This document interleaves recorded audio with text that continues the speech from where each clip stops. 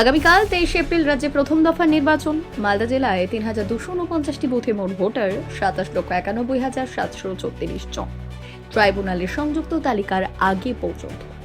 এর মধ্যে মহিলা ভোটার সংখ্যা ১৩,৪৯,৬০৯ জন, পুরুষ ভোটার সংখ্যা ১৪,৪২,০৬০ জন।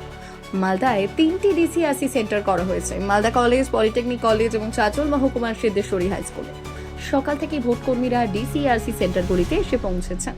শুরু হয়েছে ভোট গ্রহণের জন্য ইভিএম মেশিন, ভিভিপ্যাট সহ অন্যান্য সরঞ্জাম দেওয়ার কাজ।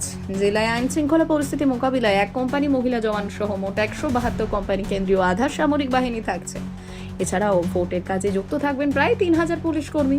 কেরল, উত্তরপ্রদেশ থেকেও সশস্ত্র পুলিশ আনা হয়েছে মালদায়। নির্বাচনে 327টি কুইক রেসপন্স টিম, 37টি নাকা চেকিং এর ব্যবস্থা রাখা হয়েছে। প্রতিটি বুথে থাকছে ক্যামেরার নজরদারি।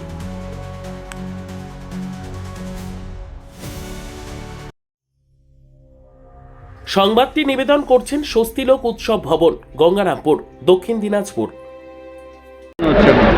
আমি তো মনে করছি যে মহিলা হয়ে আমি অনেকটাই নিরাপদ, কেননা আমি বিভিন্ন জায়গায় বিভিন্ন কেন্দ্র বাহিনী দেখতে পাচ্ছি এবং আমাদের সাথে প্রত্যেকটা পোলিং পার্টির সাথে কেন্দ্রীয় বাহিনী ট্যাগ করা হয়েছে, পুলিশ ট্যাগ করা হয়েছে, রাজ্য পুলিশ স্তর থেকে বিভিন্ন কর্মী দেওয়া হয়েছে।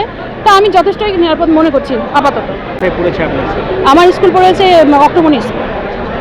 এবারে ভোট কেন্দ্রীয় বাহিনী এবার মোতায়েন থাকবে বুথে বুথে? হ্যাঁ, সেটা আমরাও শুনেছি যে কেন্দ্রীয় বাহিনী মোতায়েন থাকবে এবং তারা বিভিন্ন জায়গায় আমি দেখতেও পাচ্ছি তাদেরকে। তো আশা করি যে ভালোই হবে। সর্বোত্তম সুযোগ সুবিধা রয়েছে আতিথেয়তায়। সুপরিচিত স্বস্তিলোক উৎসব ভবন, অতিথিদের যে কোনো অনুষ্ঠানের জন্য উপযুক্ত ওয়ান স্টপ ডেস্টিনেশন। আমরা আপনার বিশেষ অনুষ্ঠানটিকে অবিস্মরণীয় করে তুলি। স্বস্তিলোক উৎসব ভবন, শিববাড়ি রোড, গঙ্গারামপুর, দক্ষিণ দিনাজপুর।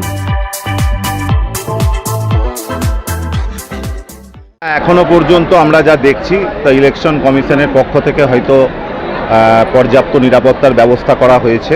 আমরা বুথে পৌঁছালে আরও ভালোভাবে দেখতে পারবো আমাদের নিরাপত্তা ব্যবস্থা কেমন, এবং একজন ভোটকর্মী হিসেবে আমরা নিরাপদে থেকে ভোট গ্রহণ চালনা করব গণতন্ত্র রক্ষার স্বার্থে। এটাই আমাদের কাম্য।